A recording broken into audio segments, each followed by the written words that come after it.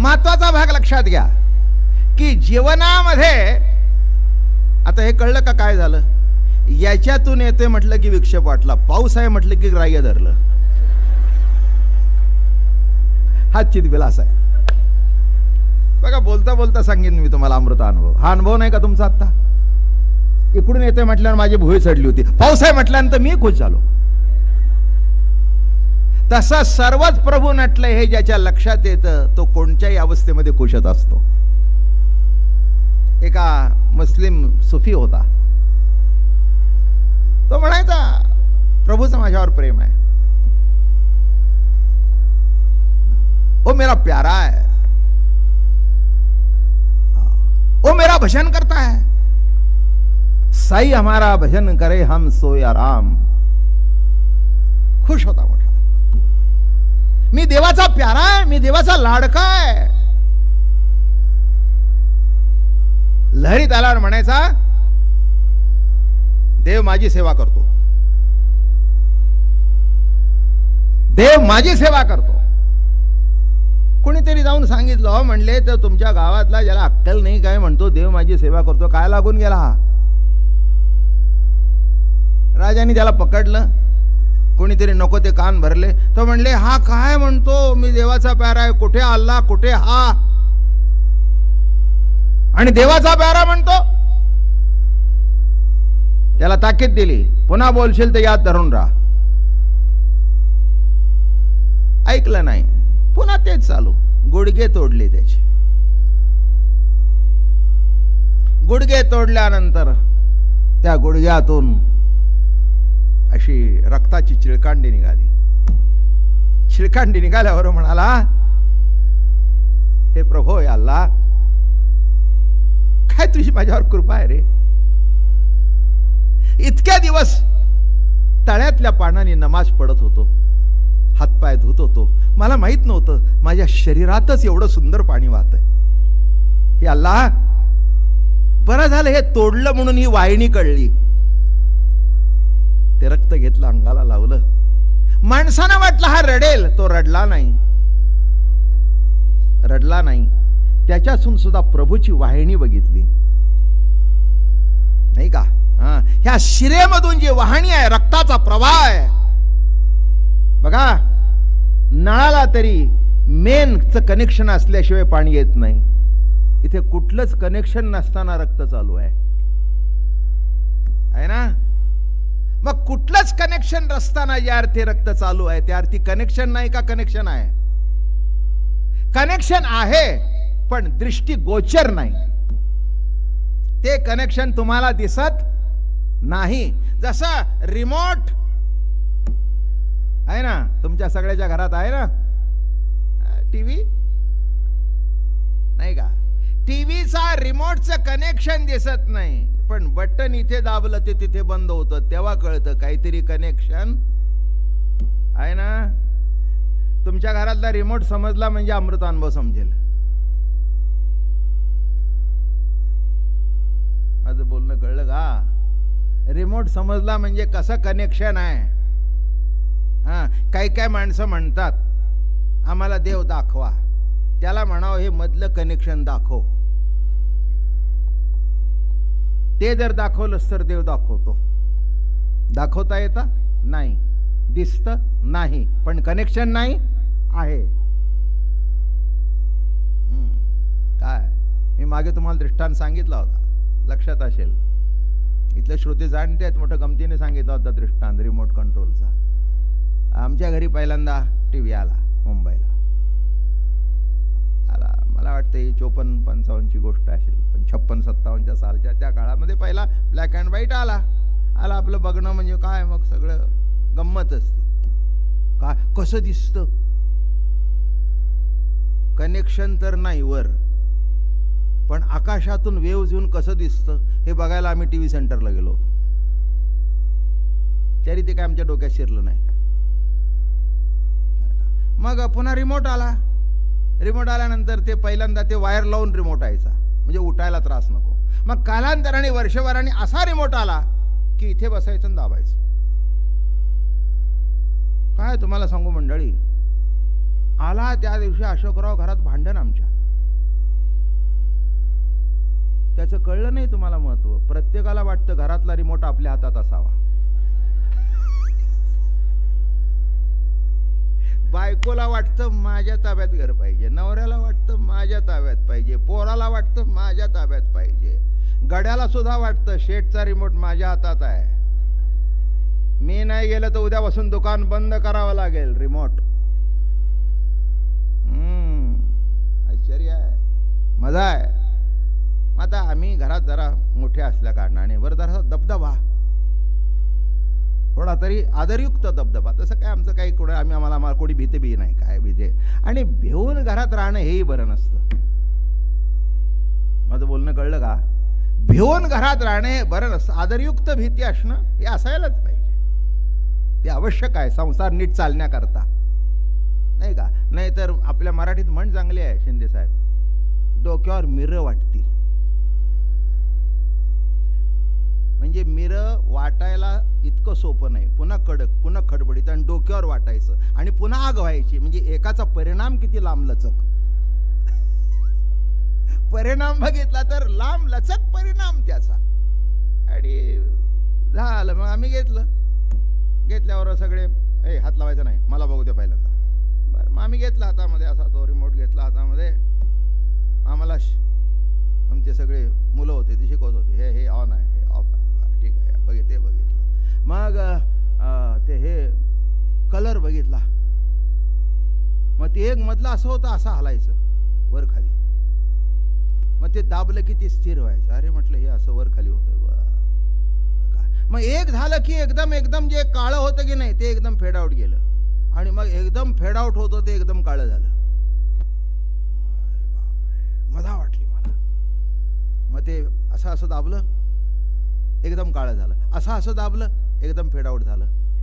मला वाटलं आपल्या जीवनाचं असंच आहे ना. कोणीतरी बटन दाबतो तेव्हा आनंद वाटतो, आणि कोणीतरी ते बटन कमी केल्यानंतर रंग जीवनाचा फिक्का पडून जातो, उदासीनता येते. सर्व आहे घरामध्ये पण उदासीनता. काय म्हटलं मी? सर्व आहे पण काय हो, कसं काय समजावं?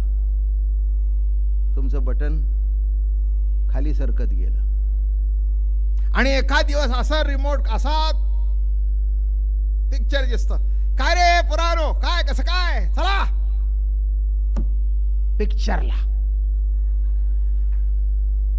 हो पण बाबा आमचा, अरे जाऊ दे रे अभ्यास, चल हॉटेलमध्ये जाऊ, जेऊ, खाऊ, मग जरा पानपट्टी वगैरे खाऊ, येऊ. आईला विचारलं, आज आई बाबांना काय झालंय? ते म्हणले मलाही कळत नाही, काही झालं नाही, रिमोट बरोबर चाललाय. मला बरं वाटलं. कळता कळता डोकं चालू लागलं. शेवटी त्याच्यातलंच डोकं. म्हटलं आपल्या जीवनातच असं आहे ना, तो वर बसून सगळी बटणं दाबतो. काय मजा आहे. आणि ते वर खाली कळलं का तुम्हाला? कळायला पाहिजे. वर खाली काय? मुलगा गेलाय, लवकर आला नाही.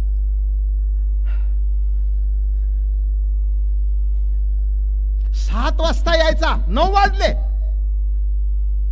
तुम्ही बसायचे जरा, जा ना. अगं म्हटलं मी नाक्यावर जाऊन काय तू येणार आहे का? तुम्हाला प्रेमच नाही. कळलं का कसं हलतं वर खाली? आणि आल्याबरोबर लगेच थांबलं. अरे बाळा, हा किती उशीर? अगं आई जरा उशीर झाला. बर माझ्या बापाने उलट आता आलाय ना, उलट सोड प्रश्न विचारू नका. मातृदेवो भव. आणि शेवटचं बटन बघितलं मी, ऑन केलं की ऑन आणि ऑफ केलं की ऑफ. मग माझ्या डोक्यात प्रकाश पडला, हे ऑन अँड ऑफ केव्हाही करता येतं. तिथे एकदाच ऑन आहे आणि एकदाच ऑफ आहे. इथे म्हटलं त्याच्या हातात इतका जबरदस्त कंट्रोल आहे की तो त्यांनी कोणाच्याही हातात दिलेला नाही. मग टीव्हीतला रिमोट मान्य करता, अमेरिकेचा प्रेसिडेंटने असं बटन दाबलं की तिकडे बॉम्ब पडेल म्हणता, इतकी रिमोट आहे. हार्टच्या ठिकाणी रिमोट होऊन राहिलेला, रिमोट प्लेस. इंग्रजी कळलं असेल तर कळेल, रिमोट. अशी एक जागा की जिथे कोणी नाही पण तो आहे. माझं बोलणं कळलं का? कोणी नाही पण तो तसं सर्वांच्या हृदय देशी मी अमुक आहे ऐसी जे बुद्धी स्फुरे सर्वांच्या हृदयामध्ये, असा परमात्मा आहे. दिसत नाही पण बरोबर कंट्रोल चालू आहे. आणि एक दिवस दाबलं की संपलं.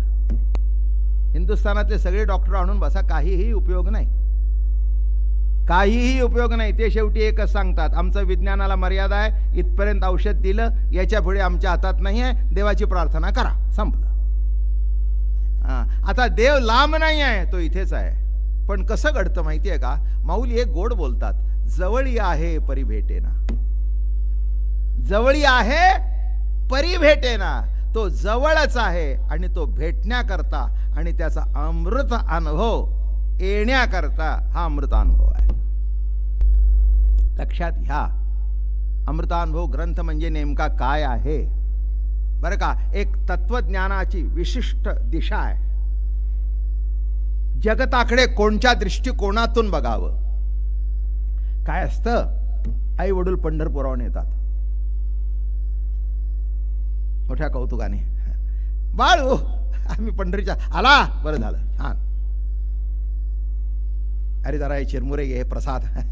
काय नॉनसेन्स. गावात काय साथी चालल्यात कुठे ते उघड्यावर विकत असलेलं गटरा चालू आहे आणि तिथले चिरमुरे आणून देता. Daddy you don't understand. इतका स्टँड त्याचा मजबूत आहे पण अंडर आहे. तो स्टँड वर काही प्रगट होत नाही. काय गंमत आहे. काय शिकला, काय त्या प्रसादात, काय विषय. दुसरा आला धाकटा, अरे बाळू, बाप म्हणला आता पहिली थोपाडीत शिल्लक आहे ती दुसऱ्याकडून कशाला खातेस. तसा नाही म्हणले तो. मला माहिती आहे जाताना देवाला नमस्कार करून जातो. विसरलात का? घरातला तोच होता एकटा वारीला निघताना पाया पडणारा. हात पुढे केले, अरे वा, थांबा प्रसाद नंतर घेतो, पहिल्यांदा माझ्या घरातल्या पांडुरंगाचं नाईसाहेबाचं दर्शन घेतो. वडिलाच्या चरणावर डोकं ठेवलं, आईच्या चरणावर. आता आण प्रसाद. चिरमुरे घेतले. आई बरं झालं, आई बरं झालं, हो तुझ्या हातचा प्रसाद मिळाला पांडुरंगाचा, माझं खात्री आहे उद्यापासून माझ्या अडचणी दूर होतील. लक्षात आलं का? वस्तू तीच आहे पण तिच्याकडे बघण्याचा दृष्टिकोन प्राप्त होणं. एक चिरमुरा बघतोय, एक घाण बघतोय आणि एकाला चिरमुरा दिसतोय. तसं एकाला जगत मिथ्या नाशिवंत दिसतंय आणि एकाला माझ्या प्रभू नटलेला आहे दिसतो. कोणत्या दृष्टिकोनातून बघावा. कोण म्हणजे अँगल, कोण म्हणजे विशिष्ट अँगल. तसं विशिष्ट दृष्टिकोनाकडून जेव्हा तुम्ही बघाल तेव्हा तुम्हाला ज्ञानेश्वर महाराजांचा अमृतानुभव कळेल. आणि म्हणून एक विशिष्ट गोष्ट मनामध्ये ठरवून माणसं जात असतात आणि मग ज्ञानेश्वर महाराज यांचं किती सांगतात, त्यांचं किती सांगतात, त्यांचं किती सांगतात, वल्लभाचार्याच्या किती जवळ, मध्वाचार्याच्या किती जवळ, शंकराचार्यांच्या किती जवळ. अरे कोणाच्या जवळ काय आहे त्याचा चिकित्सा करण्यापेक्षा ते काय सांगतात ते बघ ना. काय तुलना करून कशाला खाता? जे आहे ते स्वयंभू म्हणून बघा ना. कुठे नाही कुठेतरी साम्य असणारच. अध्यात्माचा विषय आहे. काय अध्यात्माचा विषय आहे, कुठे नाही कुठेतरी साम्य असणारच. शब्द साम्य वापरले म्हणजे प्रतिती साम्य असं नव्हे. चला एक दृष्टांत देतो घडलेला. आमच्या फडावर आंध्र प्रदेशची माणसं येतात आणि पूर्वी येत होती, हैदराबादून यायची. आणि तिथे व्यंकटराव हे आमच्या फडावरचे वारकरी. मग त्यांना 2 मुलगे 1 मुलगी बरं का. आणि गंमत अशी घडली की त्या मुलीचं लग्न झालं आणि जावयाचं नाव व्यंकटराव बरं का.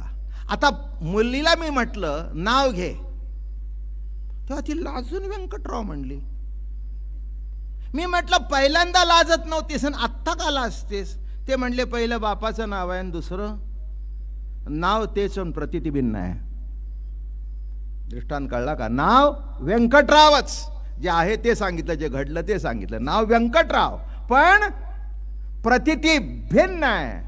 तसा आत्मा तोच, विषय तोच, पण प्रतीतीने फरक पडतो. ऐसी प्रतीती बोध सागरी तू आपणिया ते कल्लोळे एक करी. मग जव पाहसी चराचरी तव मी तेची तू.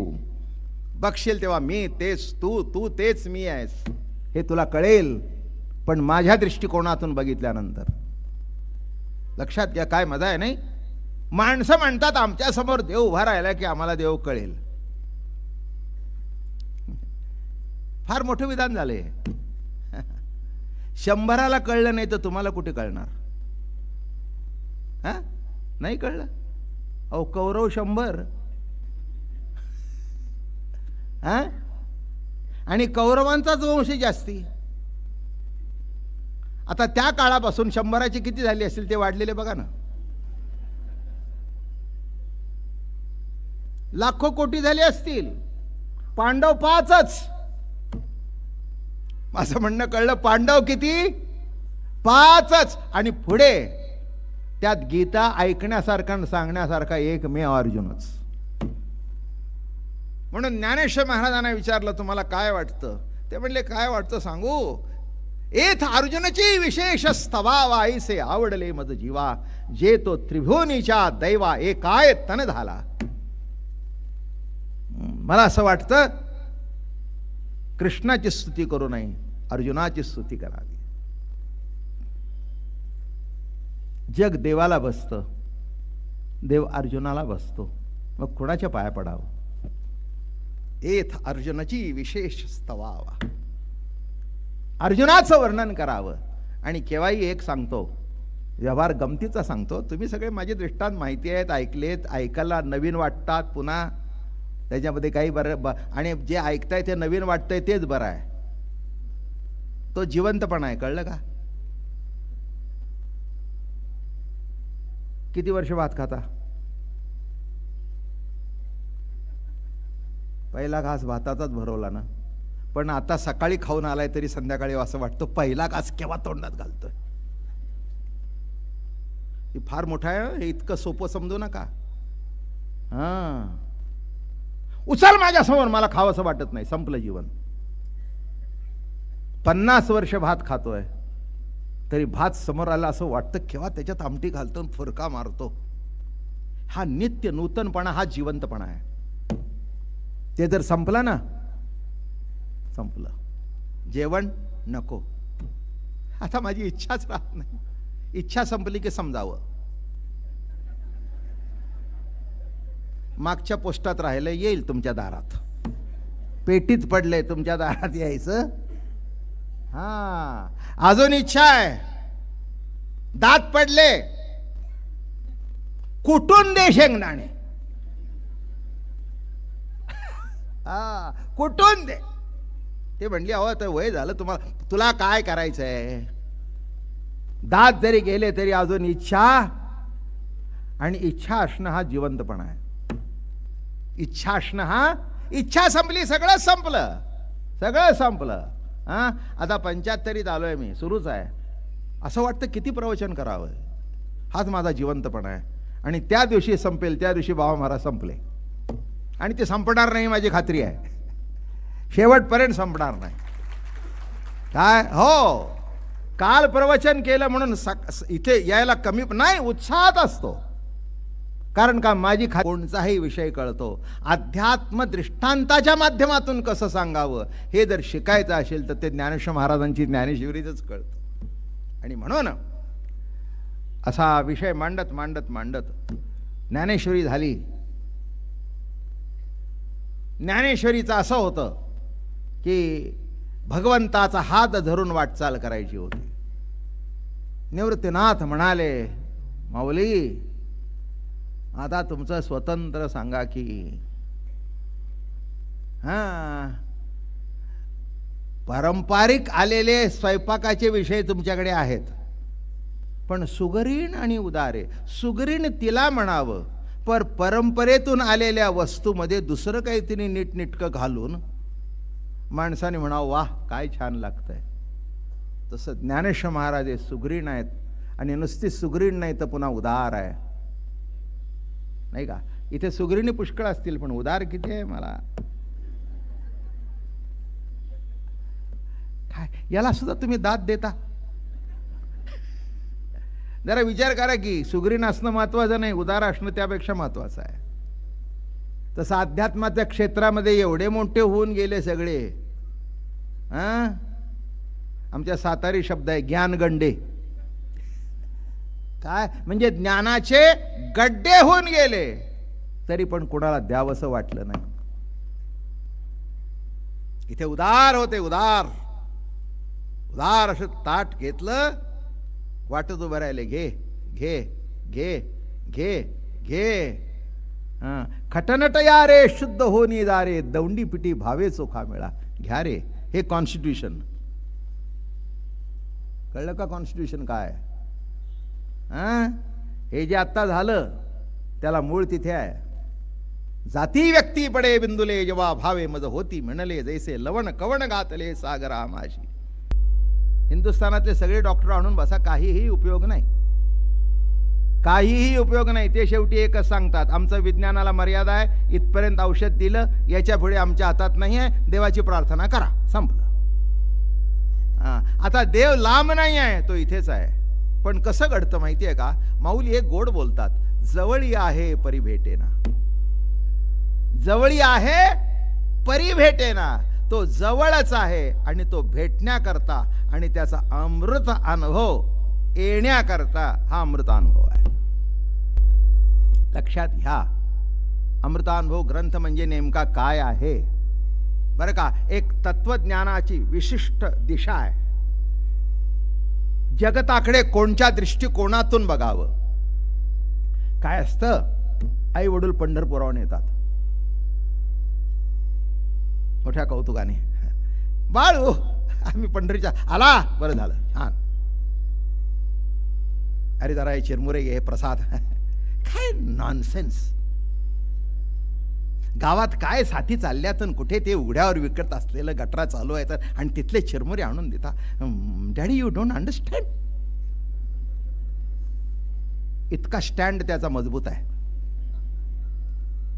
पण अंडर आहे. तो स्टँड वर काही प्रगट होत नाही. काय गंमत आहे. काय शिकला, काय त्या प्रसादात, काय विषय. दुसरा आला धाकटा, अरे बाळू.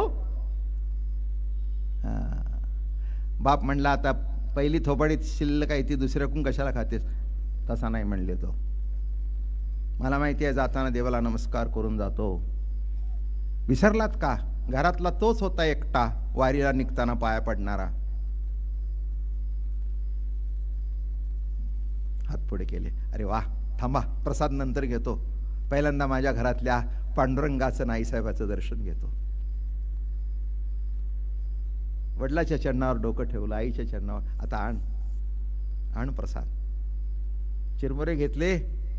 आई बरं झालं, आई बरं झालं, हो तुझ्या हातचा प्रसाद मिळाला पांडुरंगाचा, माझं खात्री आहे उद्यापासून माझ्या अडचणी दूर होतील. लक्षात आलं का? वस्तू तीच आहे पण तिच्याकडे बघण्याचा दृष्टिकोन प्राप्त होणं. एक चिरमुरा बघतोय, एक घाण बघतोय आणि एकाला चिरमुरा दिसतोय. तसं एकाला जगत मिथ्या नाशिवंत दिसतंय आणि एकाला माझ्या प्रभू नटलेला आहे दिसतो. कोणत्या दृष्टिकोनातून बघावा. कोण म्हणजे अँगल, कोण म्हणजे विशिष्ट अँगल. तसं विशिष्ट दृष्टिकोनाकडून जेव्हा तुम्ही बघाल तेव्हा तुम्हाला ज्ञानेश्वर महाराजांचा अमृतानुभव कळेल. आणि म्हणून एक विशिष्ट गोष्ट मनामध्ये ठरवून माणसं जात असतात आणि मग ज्ञानेश्वर महाराज यांचं किती सांगतात, त्यांचं किती सांगतात, त्यांचं किती सांगतात, वल्लभाचार्याच्या किती जवळ, मध्वाचार्याच्या किती जवळ, शंकराचार्यांच्या किती जवळ. अरे कोणाच्या जवळ काय आहे त्याचा चिकित्सा करण्यापेक्षा ते काय सांगतात ते बघ ना. काय तुलना करून कशाला खाता. जे आहे ते स्वयंभू म्हणून बघा ना, कुठे नाही कुठेतरी साम्य असणारच. अध्यात्माचा विषय आहे काय, अध्यात्माचा विषय आहे, कुठे नाही कुठेतरी साम्य असणारच. शब्द साम्य वापरले म्हणजे प्रतिती साम्य असं नव्हे. चला एक दृष्टांत देतो घडलेला. आमच्या फडावर आंध्र प्रदेशची माणसं येतात आणि पूर्वी येत होती, हैदराबादहून यायची. आणि तिथे व्यंकटराव हे आमच्या फडावरचे वारकरी. मग त्यांना 2 मुलगे 1 मुलगी बरं का. आणि गंमत अशी घडली की त्या मुलीचं लग्न झालं आणि जावयाचं नाव व्यंकटराव बरं का. आता मुलीला मी म्हटलं नाव घे, तेव्हा ती लाजून व्यंकटराव म्हणली. मी म्हटलं पहिल्यांदा लाजत नव्हतीस आणि आत्ता का लाजतेस? ते म्हणले पहिलं बापाचं नाव आहे आणि दुसरं नाव तेच प्रतिती भिन्न आहे. दृष्टांत कळला का? नाव व्यंकटरावच, जे आहे ते सांगितलं, जे घडलं ते सांगितलं. नाव व्यंकटराव पण प्रतिती भिन्न आहे. तसा आत्मा तोच, विषय तोच, पण प्रतितीने फरक पडतो. ऐसी प्रतिती बोध सागरी तू आपणिया ते कल्लोळे एक करी. मग जव पाहसी चराचरी तव मी तेची तू. बघशील तेव्हा मी तेच तू, तू तेच मी आहेस हे तुला कळेल, पण माझ्या दृष्टिकोनातून बघितल्यानंतर. लक्षात घ्या काय मजा आहे नाही. माणसं म्हणतात आमच्या समोर देव उभा राहिला की आम्हाला देव कळेल. फार मोठं विधान झाले. 100ला कळलं नाही तर तुम्हाला कुठे कळणार? हा नाही कळलं? अहो कौरव 100 हा, आणि कौरवांचाच वंश जास्ती. आता त्या काळापासून 100चे किती झाले असतील ते वाढलेले बघा ना. लाखो कोटी झाले असतील. पांडव 5च. असं म्हणणं कळलं. पांडव किती? 5च. आणि पुढे त्यात गीता ऐकण्यासारखा सांगण्यासारखा एकमेव अर्जुनच. म्हणून ज्ञानेश्वर महाराजांना विचारलं तुम्हाला काय वाटतं? ते म्हणले काय वाटतं सांगू? एथ अर्जुनची विशेष स्तवावा ऐसे आवडले मज जीवा जे तो त्रिभुवनीच्या दैवा एकाय तन झाला. मला असं वाटतं कृष्णाची स्तुती करू नये, अर्जुनाची स्तुती करावी. जग देवाला बसतं, देव अर्जुनाला बसतो, मग कुणाच्या पाया पडावं? एथ अर्जुनाची विशेष स्तवावा, अर्जुनाचं वर्णन करावं. आणि केव्हाही एक सांगतो, व्यवहार गमतीचा सांगतो. तुम्ही सगळे माझे दृष्टांत माहिती आहेत, ऐकलेत, ऐकायला नवीन वाटतात, पुन्हा त्याच्यामध्ये काही बरं आणि जे ऐकताय ते नवीन वाटतंय तेच बरं आहे. तो जिवंतपणा आहे. कळलं का? किती वर्ष भात खाता? पहिला घास भाताचाच भरवला ना, पण आता सकाळी खाऊन आलाय तरी संध्याकाळी असं वाटतं पहिला घास केव्हा तोंडात घालतोय. हे फार मोठा आहे. हे इतकं सोपं समजू नका. हा, उचल माझ्या समोर, मला खावंसं वाटत नाही, संपलं जीवन. 50 वर्ष भात खातोय तरी भात समोर आला असं वाटतं केव्हा त्याच्यात आमटी घालतो, फुरका मारतो. हा नित्य नूतनपणा, हा जिवंतपणा आहे. ते जर संपलं ना, संपलं. जेवण नको. आता माझी इच्छाच राहत नाही. इच्छा संपली की समजावं. मागच्या पोस्टात राहिलं, येईल तुमच्या दारात. पेटीत पडलंय, तुमच्या दारात यायचं.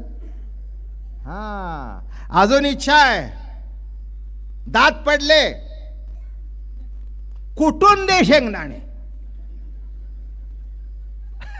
हा, कुटून दे.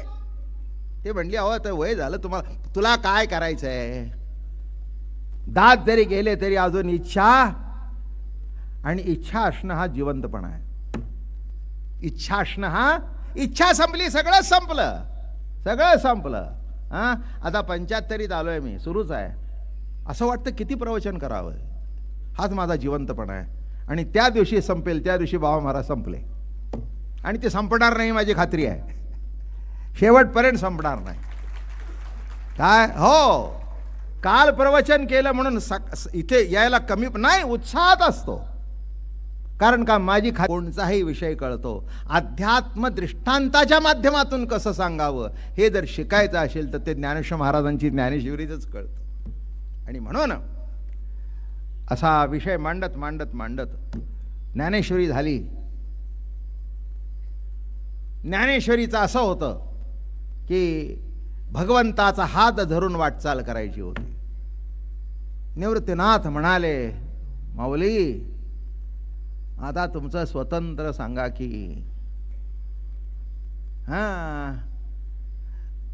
पारंपरिक आलेले स्वयंपाकाचे विषय तुमच्याकडे आहेत, पण सुगरीण आणि उदारे, सुगरीण तिला म्हणावं, पर परंपरेतून आलेल्या वस्तूमध्ये दुसरं काहीतरी नीटनेटकं घालून माणसाने म्हणावं वाह काय छान लागतंय.